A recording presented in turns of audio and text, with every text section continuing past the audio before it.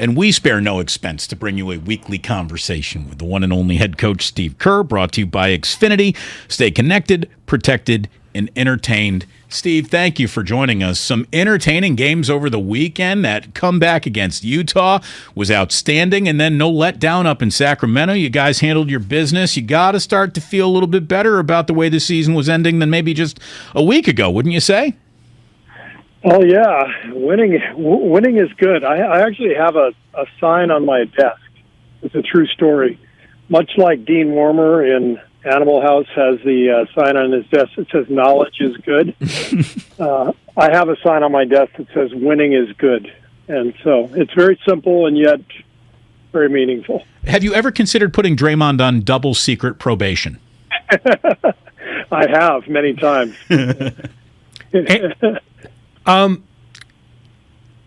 I noticed that he's now a technical foul away from the suspension number, but you have faith that he's not going to trigger it. But you lead the league in coaches' technicals. Who's getting on you? Wait, I lead the league? Yep, you and Bickerstaff are tied at 10.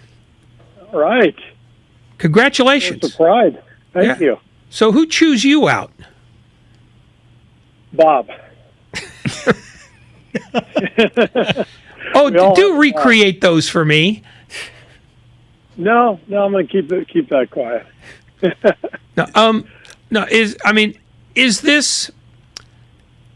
Is this something that you, once the playoffs start, you can stop worrying about it, or is it always going to be in the back of your head? What? About Draymond's, relationship with officials. Is that always going to be part of what you worry about, or do you think he becomes a different player when the stakes get ratcheted up? Well, the count starts over, for one thing. Yeah. So, Draymond we know this, he's very, very smart. So every year he goes right up to the edge and he does not reach the limit. So he knows where the limit is, and he stays just shy of it. But he's a guy who our fans know well. He plays on pure emotion and passion and energy and contempt sometimes, and whatever it takes.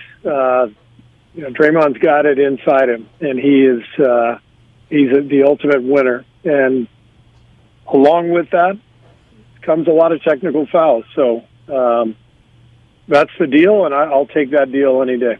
Steve, I'm guessing you really liked the deal between Klay Thompson and Jordan Poole at the end of that Utah game, where they shared an embrace, and it felt like, if there were any secret handshake that you had to figure out to be an honorary splash brother, it was maybe communicated right there. It feels like the two of them have really got a little something going on, and it's a good thing. And if there were any early on in the season competitive side-eyeing at each other, that's gone now. Yeah, I'm not sure any really existed. I think they just had never played together. So I think there is an element to gaining your teammates' trust that has to happen and can only happen when you play together. Even two great players who end up on the same team because of a trade, it doesn't mean they automatically click and respect each other. So there's a process that you have to go through with your teammates. Fighting through a tough game to pull out a win like the Utah game. That's what bonds players. That's what builds respect and earns trust. And I think that embrace that you mentioned basically symbolized that trust and that bond being forged because they're finally in the fire together, and they hadn't been at all before now. So it's great stuff. We love talking about what a player's ceiling might be. What do you think Jordan Poole's ceiling is? Are you comfortable comparing him? Do you have a player comp for who he is today or who he might be tomorrow? I think he can be an all-star. I've said that publicly. I think he definitely has the offensive talent to be an all-star. The challenge for Jordan will continue to be at the other end, and he doesn't need to be an all-league defender to be an all-star. But to be a true all-star, you've got to be productive. You got to be, a winner. You've got to be, a competitor. Like, all this stuff matters, and he's still so young in his career that he's figuring all this stuff out. And taking on a challenge defensively is really a huge step in a player's career. So that's what's next for Jordan. And if he does that, as he continues to improve, then I think his ceiling is an all-star player, and that's pretty good stuff. I mean, a very select few players ever become NBA All-Stars. In talking about those attributes, is that defensive awareness the last thing to come, or does that vary from player to player? Whereas when you've got a young guy who typically, they break out offensively first because that's how they've always been trained and geared, is defense the last thing to come, or is it something else depending on who you are? I think it varies from player to player, but most players who become all-stars are all-stars because of their scoring. You get the occasional Draymond or Dennis Rodman, Ben Wallace type guys who are so dominant defensively that they make the all-star team regardless. Most all-stars are guys who average 20, 25 points a game. And so Jordan has that part down. I mean, if you look at it, his last 3 weeks, a month, have just been ridiculous, world-class stuff.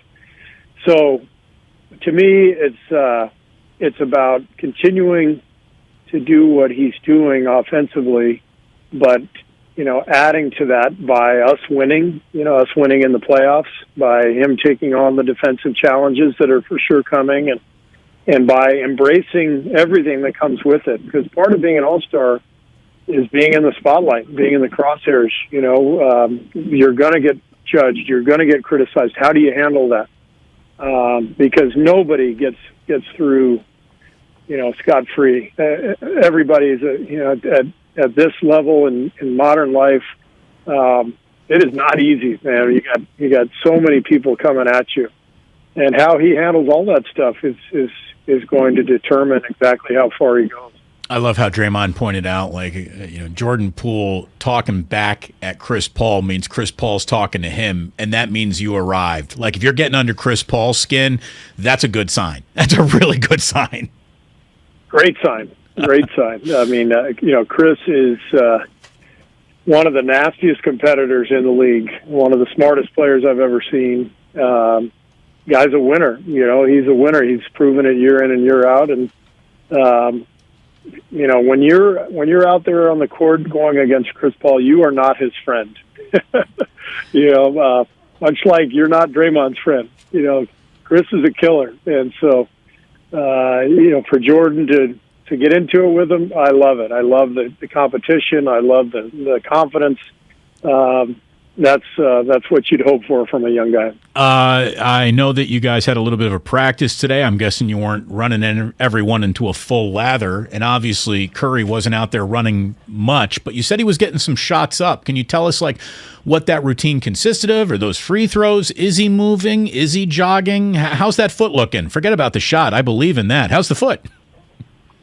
Foot's doing well. I talked to him today, and he wasn't allowed to do anything on the court until he was pain-free. And so the last couple of days now, he's been getting shots up, not just standstill shots, but actually jumping, and not a ton of movement, like he normally would, running side to side and all that. It's kind of, spot-up shots, but he's jumping into them and not feeling any pain. And so really everything is coming along exactly as we had hoped, and we'll just keep going every day and see where it all goes. But we feel pretty good about his progress.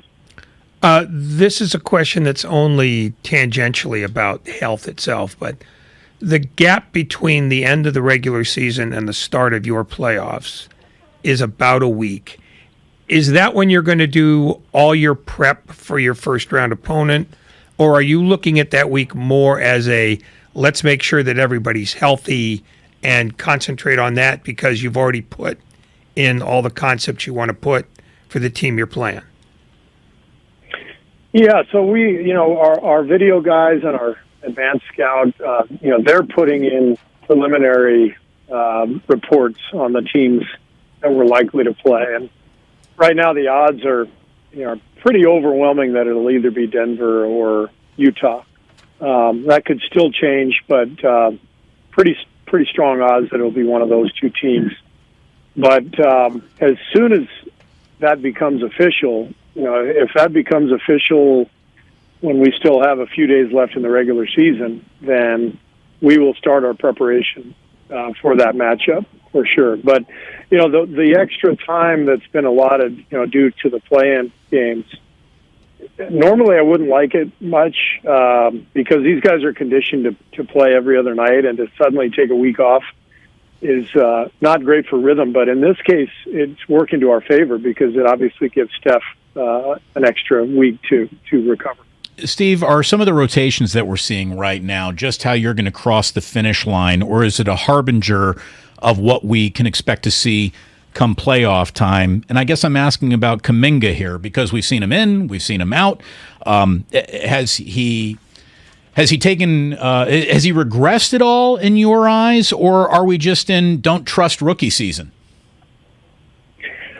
No, we just have a really deep roster, and we're playing combinations that we like, and all of a sudden we go to Sacramento and rest Clay and Otto and Andre, and JK is out there, and he's one of our best players. So there's zero regression. I mean, I am thrilled with JK's progression since the beginning of the year to now. His progress is really dramatic. So all in all, we couldn't be happier with his progress. And then I think the playoffs will determine who's playing and who's not, and it could be matchup based, it could be rhythm based. What 5-man group clicks? We stay with that group for a while. So we have probably more decisions to make this year than ever before. The decisions were easier in the past, but we've got a lot of options this year, and we're going to have to pick the right ones. Without getting into detail that you wouldn't want to get into, is preparing for Denver and preparing for Utah radically different in your mind, or are there enough similarities that you don't have to provide as diverse a level of prep? No, they're very different teams. So it would be, very different preparation. And, maybe there's one or two things that we see conceptually that we're going to need to do against either team that we could throw into a practice here in the next few days or whatever. But personnel is everything. And the respective personnel is very different. So the biggest similarity between Utah and Denver would be altitude? That's pretty much it. Yes. So, Steve, we were talking earlier about MVP criteria. You have played with MVPs. You have coached MVPs. We listened to Draymond Green make a really strong argument for Devin Booker. We've seen strong arguments being made for Jokic and Giannis. And without you telling us who you would vote for, could you give us what you think is, in your mind, the right criteria to consider when considering MVP? Because some people, would place overall team record ahead of maybe any concept of adversity or lack of all-star teammates that you may have. But for others, it's the exact opposite. Can you share with us what you think is the right MVP criteria? Yeah, I used to have a vote when I was in the media, so I voted on this many times. And the thing with MVP that makes it tricky is that what you just asked, what my opinion is different. My answer it could be entirely different from the next voters, and so on. So there really isn't a set criteria that we are, as voters are supposed to follow. It's really beauty is in the eye of the beholder. So for me personally, I think it's fairly obvious who the top few choices are year after year. No more than 5 guys, really. And at that point, I factor in adversity. I factor in one-loss record. That's why I think Jokic is such a great candidate this year. They've lost, so many players to injury, and they are having a great year, and they're going to be in the playoffs, and his numbers are spectacular. But you can say the same thing about Embiid, and you can say that the same thing year after year about different guys. Giannis is having an amazing year, and so all this stuff is really tricky. It's just sort of who the voters favor individually, because there's no kind of guidelines for what you're supposed to be. Should there be guidelines, or do you like the open interpretation?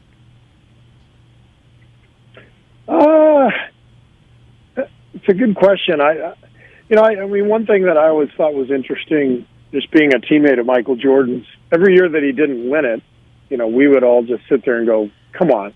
Right. I know that guy's great, but come on, it's Michael Jordan. Like, he's the most valuable player. And so, there's different ways to look at it. Is it best player in the league? If it were, maybe that would be the title on the trophy and it'd be easier. But most valuable is subjective, and it's been that way all along. And I don't know. I suppose there's more intrigue that way because it allows people to view it however they want to view it. So if you had a vote, you'd vote Looney. You know it. That's my guy. Andrew Wiggins right now is got to. He feels a little re-energized here at the end of the year. Maybe it was Kansas's run in the tournament. What has been getting into Wiggins lately? Same thing that got into him the first 60 games of the year. I mean, to me, this is the rule, and the exception was the 15-game stretch or so that he had after the All-Star break when he struggled with his shot. So kind of how it goes for most guys in the league. It's such a long year. You can get knocked off course pretty easily with an injury, with an illness, with an absence, whatever it is. So Wiggs, this is the guy he was the entire first part of the season. So it's great to see him back in a good mood. How much stock, if any, do you put into how your team is playing in the last week to 10 days of the season? Do you believe in momentum from the end of the regular season to the start of the postseason? Or does maybe that week off that you have basically just blow that to smithereens? Well, I think you can. I think every team is different, based on its circumstances. I think our teams, 4 or 5 years ago, didn't necessarily need momentum. We knew we could find momentum, with one good game in the playoffs, and we had plenty of playoff runs where we had injuries to key guys in the first round, and we were able to survive and then get guys back and go on a run. I don't know that we have that luxury anymore. This team is much younger, much more inexperienced. So I like the fact that we've played a couple good games in a row. I think the confidence that comes from that will be important for us. And I'd love to see us continue that and continue to play really good defense the last 3 games, because I think that confidence would matter to this group. What do you hope Moody gets out of a Santa Cruz assignment as they enter the playoffs? A victory. I mean, it's one and done in the G League playoffs, which at least till the finals. So I'd love to see them get a win tonight and stay in LA and play again on Thursday night down there. And but are you guys aware of what had to happen for Santa Cruz to get into the playoffs? They went on a tear, like a huge tear at the end of it. They went on a tear. They won their last 5, but they not only did they have to win their last 5, they needed something like 9 other teams to lose over the last 5 days of the season, and it all happened. I mean, the chances when they were 10-17, I would love for our analytics people to look this up. What are the odds? Yeah, 1 in a million. I mean, ridiculous. But every single team that had to lose lost, and they snuck in. And I'm so happy for them because those guys work hard down there. Seth Cooper's done such a great job with the team, and great finish to the year. And I'm excited for tonight. I'm excited to watch. By the way, you want to hear rough odds? Over the last 25 years, North Carolina was 160-0 when they led at 15 at halftime. They're now 160-1. Ouch. Wow. Did you watch last night? I did. Great game. It really was. Did you see the floor move under what was it? Baycott's ankle? Oh, the floor moved, Steve, like a wood panel on the elevated court. Really? Went wonky underneath his ankle, which he sprains for the second time in the Final Four. Oh, I didn't notice that. Yeah, I didn't. Oh my gosh, it happened. That's a disaster. It is. They got to nail that bad boy down before it's all said and done. Who in your locker room is more excited hearing that that Tiger Woods is going to give it a go at Augusta? Is it Curry or is it Iguodala? I know you got 2 golf nuts. It's me. Yeah. It's you? I think I beat both those guys. It's me. Yeah. I am so excited that Tiger's playing. It's probably a tie because we have another coach, Jacob Rubin, who is a diehard golf / Tiger fan. So is that your foursome? Is that like the team foursome right there? You, yeah. Rubin, Curry, and Iggy? That's the foursome. And Damian Lee also likes to play. So in some iteration, 4 of those 5 guys will be playing. But we're all excited. And when we found out our game Sunday in New Orleans was 8:30 local time, the first thought was, okay, we get to watch the end of the final round on Sunday. There you go. There's a good couple of golf nuts understand how the world works. So seriously, just him teeing off is an accomplishment, everything he's been through. If he makes the cut, wow. If he's in red on Sunday on the leaderboard, Steve, that's the biggest story in sports this year. Yeah, I mean, considering his leg was almost amputated, he's been in severe pain since the accident. He's had another back surgery since then.